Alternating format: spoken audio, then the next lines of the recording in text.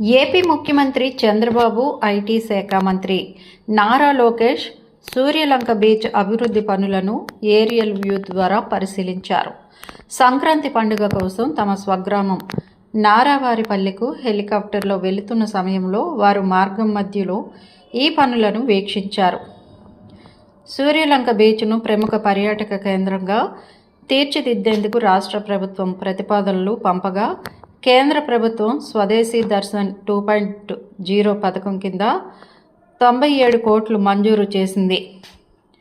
ఈ నిధులతో shopping street, parking వసతులు, అడ్మినిస్ట్రేషన్ భవనం, టూరిస్ట్ ఇన్ఫర్మేషన్ సెంటర్తో పాటు సూర్యలంక ఎక్స్పీరియన్స్ జోన్ ఏర్పాటు పనులు కొనసాగుతున్నాయి. జరుగుతున్న పనుల పురోగతిని సీఎం చంద్రబాబు నాయుడు, మంత్రి నారా లోకేష్ గగనతలం నుంచి పరిశీలించారు. కాగా ముఖ్యమంత్రి చంద్రబాబు, మంత్రి లోకేష్ సాయంత్రం కుటుంబ సభ్యులతో కలిసి నారావారిపల్లెకు చేరుకున్నారు. వారు జనవరి 15 వరకు అక్కడే బస చేయనున్నారు.